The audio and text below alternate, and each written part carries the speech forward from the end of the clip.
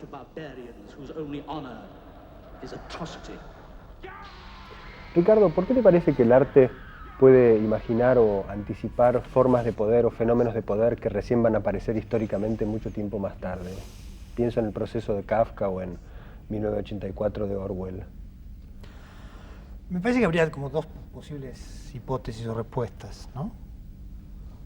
Una, me parece que el arte en realidad lo que hace, en un sentido amplio, hablando en un sentido amplio, es trabajar más con lo que yo llamaría lo social más que con la sociedad como tal, ¿no? Es decir, ciertos tipos de núcleos.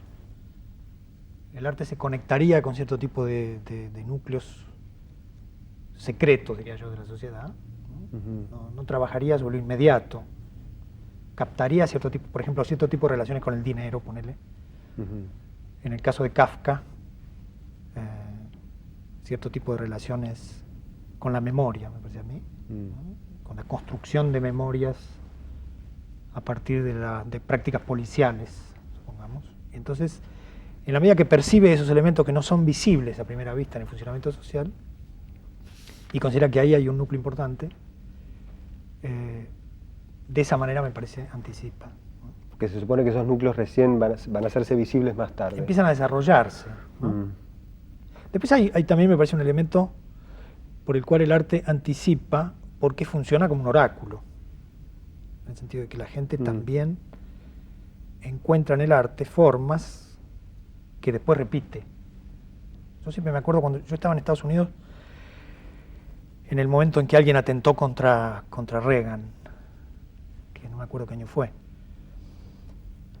Y el joven que había hecho esto, en realidad estaba totalmente capturado por Taxi Driver. ¿Te acuerdas? Había visto Taxi Driver. Sí. Incluso le escribía cartas a Judy Foster. Claro. Y estaba entonces como, en cierto sentido, funcionando como si el arte hubiera sido un oráculo, que le hubiera definido lo que tenía tipo que hacer. de cuestiones que tenía que hacer, ¿no? Sí, pero de alguna manera ese ir al oráculo siempre es a posteriori, ¿no? Porque, no sé, me pregunto si uno, digamos, puede aprender una lección de los libros antes de que los hechos ocurran. Si realmente se puede aprender de esas profecías y si se puede aprender, ¿qué es lo que hay que mirar? Bueno, vos mencionaste algunas claves. La relación con el dinero, por ejemplo. Claro. ¿Cuáles otras te parece? Digamos, ¿hay que mirar el color o el relato? ¿Hay que mirar la arquitectura? Claro. ¿Qué es lo que hay que buscar? ¿Dónde está la lección para aprenderla antes? Bueno, yo diría ciertas formas de relación con la experiencia, en principio, ¿no es cierto? No sé, me parece que no son solamente cuestiones temáticas. No se trata solamente de que, digamos, en una novela lo que aparecen son ciertos temas que tienen que ver con el dinero, sino que se captan ciertas formas de la experiencia que no son visibles a primera vista y que de pronto una novela es capaz de capturar, digamos así, ¿no? Entonces, en ese sentido sería compleja la relación. No es una relación, digamos, no es una suerte de copia de lo real directo. No es temático, todo lo contrario, además, claro, todo lo contrario, ¿no? Entonces, anticipar es quizás una prueba demasiado fuerte. Me parece que capta elementos que se van a desarrollar, es como si captara ciertos gérmenes de elementos que en el presente no se perciben como fundamentales y que posteriormente empiezan a tener un peso fuerte, grande. Como si hubiera un fermento, digamos, algo en estado de fermentación. Claro. ¿Te parece que la novela es más apta, es por ahí el género en donde eso se desarrolla más? No, yo hablo de la novela porque es lo que me interesa más directamente, ¿no? Pero me parece que esto, uno podría imaginar, porque esto me parece que parte de la hipótesis de que el arte no reflejaría la sociedad, como se suele pensar, ¿no es cierto? Se suele imaginar que el arte está relacionado con el presente y que por lo tanto refleja, reproduce ciertos acontecimientos políticos o ciertos acontecimientos sociales. Más bien me parece que lo que sucede es que existen cierto tipo de formas que no son visibles, con las cuales el arte está conectado, pero no con un sistema de reproducción, me parece a mí, ¿no? Yo siempre digo que no se trata tanto de ver el modo en que la realidad aparece en la ficción, digamos, sino más bien el modo en que la ficción está en la realidad. Esta es la forma, me parece a mí, en que esto funciona. Entonces ahí hay un elemento de anticipación. Ahora, ¿por qué en general, digamos, estas obras o estas ficciones que prefiguran o que imaginan estas formas de poder que recién se van a dar después, ¿por qué suelen ser vistas o leídas como delirantes, ¿no? Es como si esas ficciones tuvieran que entrar en una cierta demencia para poder anunciar lo que vendrá, ¿no? Porque básicamente porque se conectan con una ausencia. Es decir, se conectan con algo que no se ve. Que no se ve y están ligados a la contrarrealidad, ¿no? Entonces, digamos, el delirio funcionaría como la captación de un pequeño núcleo de la realidad a partir del cual se construye una contrarrealidad, ¿no? 1984 podría ser un ejemplo. Sobre un pequeño elemento de la realidad que parece invisible, se construye una suerte de realidad negativa, digamos, yo no diría falsa, yo la llamaría más bien una contrarrealidad, ¿no? Algo que no se parece a lo que está sucediendo en el presente. Ahora, Ricardo, ¿te parece que hay algo en el poder particularmente atractivo para un escritor o para un artista? Digamos, ¿hay algo en el poder mismo, en el delirio de poder, que es particularmente apto para la creación o para la amplificación, e incluso para la anticipación? Porque por otro lado siempre los delirios de poder son profecías tremendas, porque no hay mundos felices o formas de poder felices imaginadas. Sí. Yo cuando hablamos de poder pienso en el Estado, básicamente. Sí. Es decir, centralmente pienso en la relación entre el artista y el Estado como una relación de antagonismo frontal, ¿no? Y me parece que ese antagonismo tiene que ver con el hecho de que un escritor se mueve, tiene una práctica específica, un universo propio, en este caso la literatura, que es una sociedad sin Estado. Es decir, trabaja y se mueve y establece estrategias y relaciones en el interior de un universo en el que no hay Estado. Entonces salir de ahí y ir a lo social y encontrar el peso del Estado y la presencia fuerte genera, tengo la sensación un tipo de mirada particular, ¿no es cierto? O sea que de alguna manera el artista siempre es anarquista. Yo creo que sí. Digamos, no puede concebir un Estado servicial. Yo creo que sí, claro. Sí, siempre lo percibe como antagónico, ¿no es cierto? Por un lado porque hace la experiencia específica de un lugar donde el Estado no está, ¿no es cierto? Y porque cada vez que el Estado interviene en el ámbito donde él se mueve, lo siente como una intrusión, ¿no es cierto? Como una especie de invasión.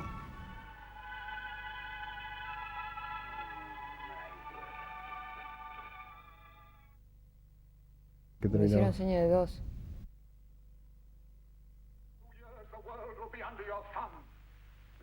De manera, Ricardo, que digamos un artista no puede pensar un Estado servicial, siempre es anarco. Sí, o por lo menos yo no sé si los artistas individualmente pueden tener posiciones diversas, pero me parece que la experiencia de la práctica de la literatura es contradictoria con las posibilidades de imaginar un Estado, como vos lo definías, un Estado que beneficie esa práctica. Es antagónica la experiencia, ¿no es cierto? No sé si individualmente los escritores pueden tener distintas posiciones, pero me parece que la posición del arte en la sociedad genera esa contradicción, ¿no es cierto? Yo digo siempre, la literatura, esta sociedad la encontró hecha, si no, no la hubiera inventado. Digamos, si no existiera ya una práctica tan arcaica, tan primitiva, digamos así, una sociedad como esta no le hubiera dado lugar, ¿no? Entonces, me parece que arrastra una contradicción con el funcionamiento social que define cierta mirada de los escritores sobre la política, sobre lo social. Esa sería para mí la perspectiva, ¿no? Y si nos vamos al otro lado y si miramos el delirio del poder, ¿te parece que en las máximas concentraciones de poder hay como una cierta capacidad artística? Suena horrible esto, ¿no? Pero bueno, ha sido mirado y y eso fascinó a algunos artistas a la vez. ¿Te parece? Bueno, a mí hay un punto que a mí siempre me intriga, ¿no? Que yo lo formulé de esta manera. Yo digo, bueno, el Estado narra. El Estado es uno de los grandes narradores de la sociedad, ¿no es verdad? Y un punto de esta práctica del Estado, de construir ficciones, construir narraciones, construir formas de creencias, hacer creer, todo ese sistema de organización, digamos así, porque el poder no se puede sostener con la pura violencia, ¿no? Hacen falta fuerzas ficticias, como decía Valéry, ¿no? Hace falta la construcción de un consenso que tiene mucho que ver con la utilización de determinado tipo de formas. En el interior de ese procedimiento, a mí siempre me ha parecido muy atractiva, ¿no es cierto?, la existencia de los servicios de inteligencia del Estado, que me parece que son los que construyen. Los narradores. Claro, que son los grandes narradores. Como Y son los escribientes. son los que construyen realidades, Bueno, construyen la conspiración, construyen conspiraciones, construyen realidades alternativas, verdades. tergiversan, deliran, ¿no? Entonces, me parece que ahí habría como una tensión entre ese universo de los servicios de informaciones y los novelistas. Me parece que ahí hay una tensión, un enfrentamiento. Me parece que en este sentido el Estado construye determinado tipo de historias y que entre las historias que se construyen en la literatura y estas historias que construye el Estado, existe una zona intermedia que yo llamaría de relatos sociales, en el sentido de que uno podría imaginar que entre todas las cosas que pasan en una ciudad en un día, en Buenos Aires, una de las cosas fundamentales que pasan es que la gente intercambia narraciones, ¿no es cierto? Y que si uno tuviera la posibilidad, por algún tipo de artilugio mágico, de tener el acceso a todas las historias que circulan en la ciudad en un día, encontraría muchos elementos para reconstruir el funcionamiento verdadero de esta sociedad, ¿no? No solo por los temas, me parece a mí, sino por las formas que tienen esas historias, ¿no? Entonces me parece que hay como un juego intermedio entre lo que... Y me parece que estas historias que circulan, y cualquiera de nosotros podría imaginar la experiencia propia por la cantidad de historias que uno mismo intercambia en un día, ¿no es cierto? La experiencia de cualquiera de nosotros es también la experiencia de esas historias que se intercambian. Me parece que ese es el contexto de la literatura. Me parece que es ahí donde la literatura encuentra determinado tipo de material, vamos a decir. Y me parece que ahí también es donde interviene esta suerte de construcción de relatos del Estado, ¿no? Ahora, volviendo un poco a esa legión oscura y anónima de autores de ficción que son la gente que trabaja en los servicios de inteligencia y a su posible parentesco con los escritores, digamos. Claro. ¿No trabajan de algún modo a veces con la misma lógica, en el sentido de que, por ejemplo, ambos podrían trabajar con la paranoia, Por ejemplo. ¿no? Claro. No comparten una cierta lógica Sí. para fines diferentes, con efectos diferentes también. Pero la paranoia, por ejemplo, no es justamente uno de los principios del poder. Claro, la construcción de un enemigo, en principio. De un enemigo, de un sistema de secretos, de un sistema de Claro. agentes y doble agentes. Y una verdad central incluso, ¿no?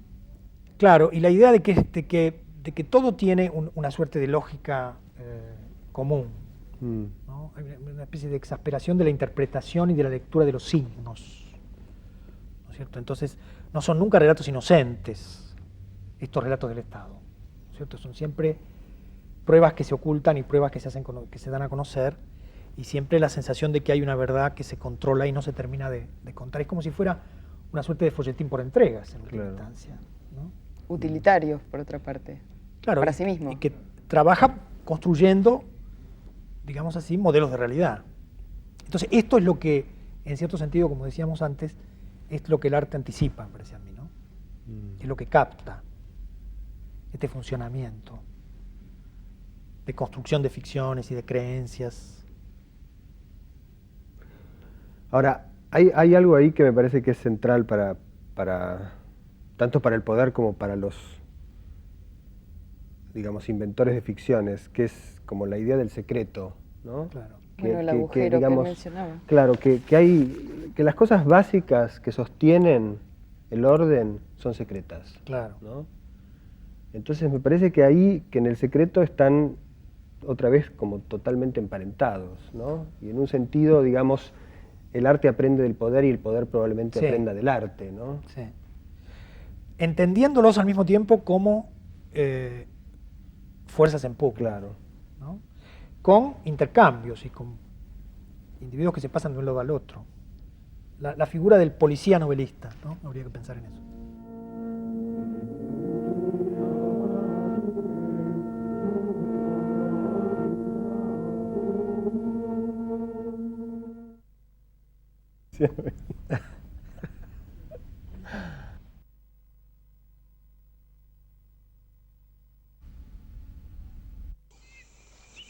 1, 2, 3, 4, 5, 6, 7, 8, 9. Ricardo, a veces hay grandes narraciones que se encarnan en un visionario, ¿no?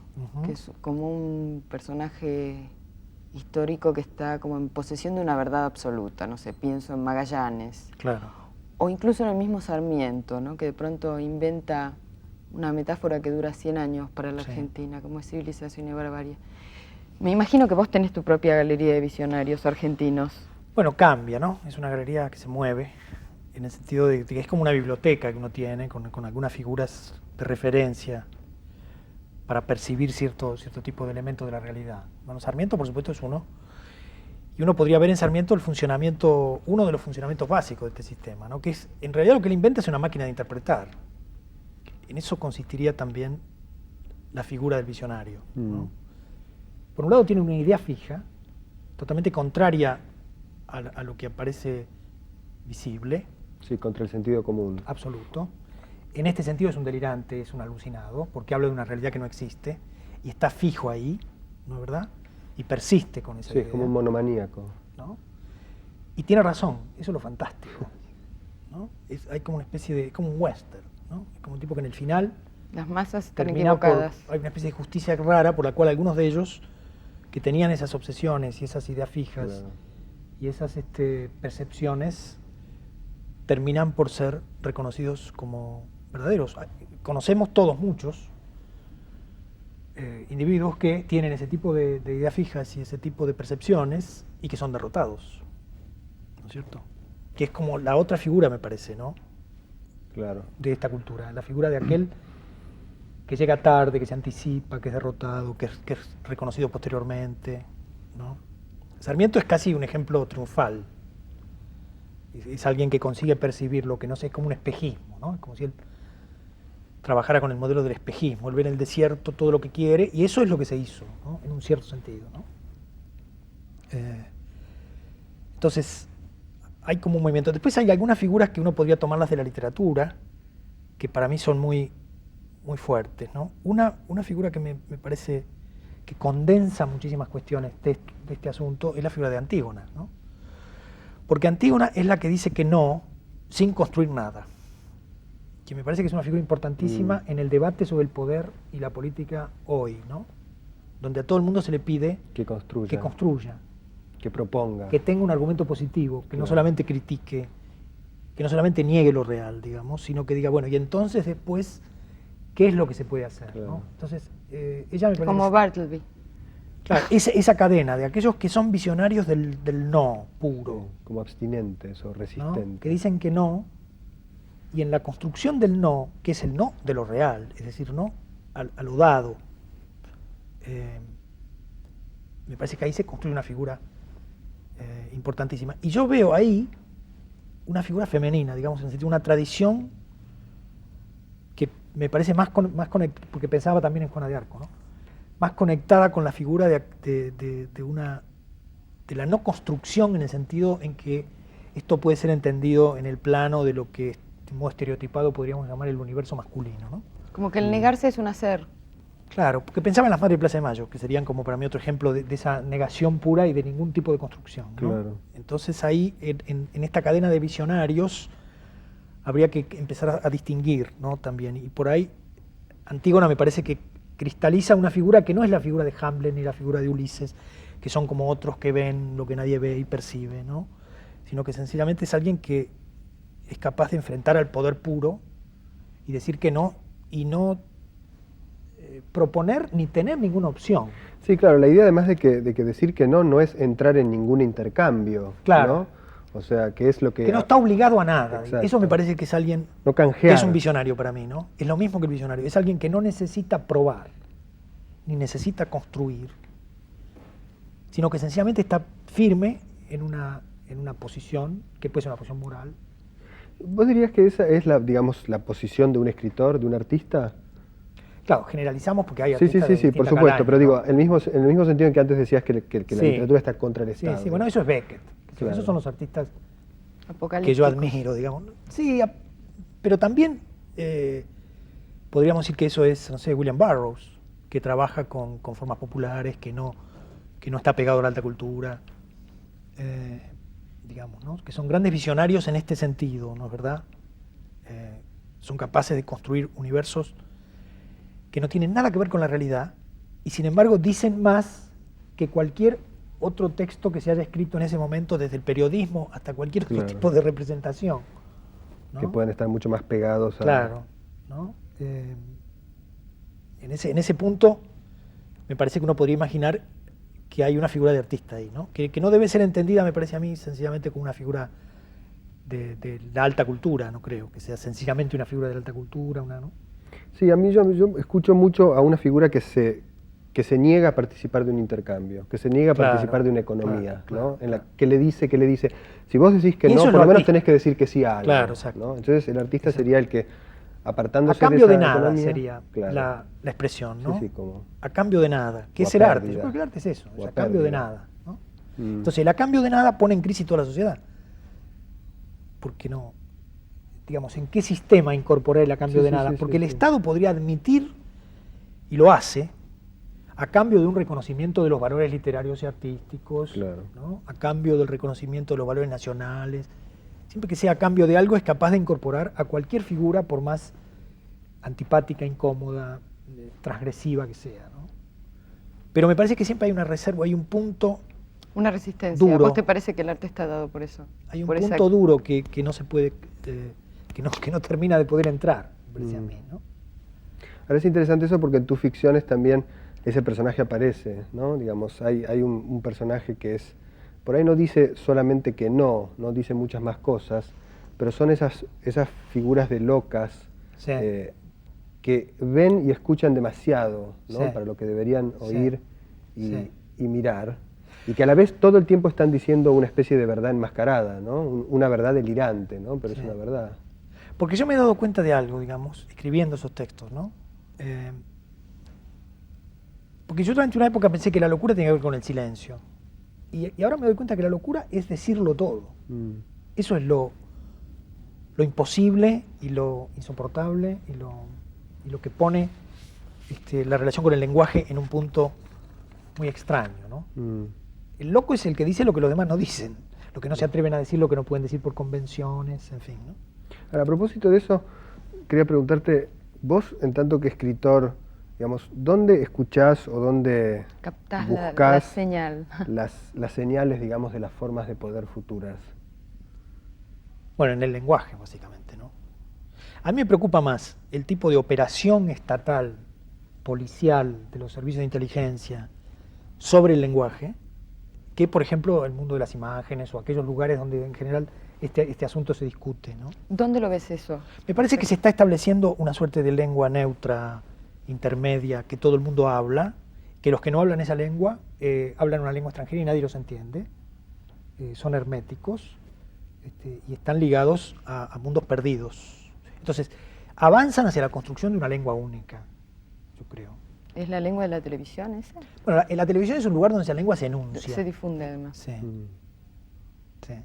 Y me parece, por supuesto, que la literatura, sí, en este sentido, la literatura que a uno le interesa es un lugar de resistencia muy fuerte a este asunto, ¿no? Incluso ciertas prácticas con el lenguaje de la literatura son las únicas, me parece a mí, que persisten en medio de toda esta suerte de mecanismo estándar que se está generalizando, ¿no? Que tiende a una lengua mundial, en fin, es toda una historia esto, ¿no? Yo sé que habría que tratar de ser intraducible. Sí, hermético, en lo posible. Hay un punto donde habría que tratar de ser hermético.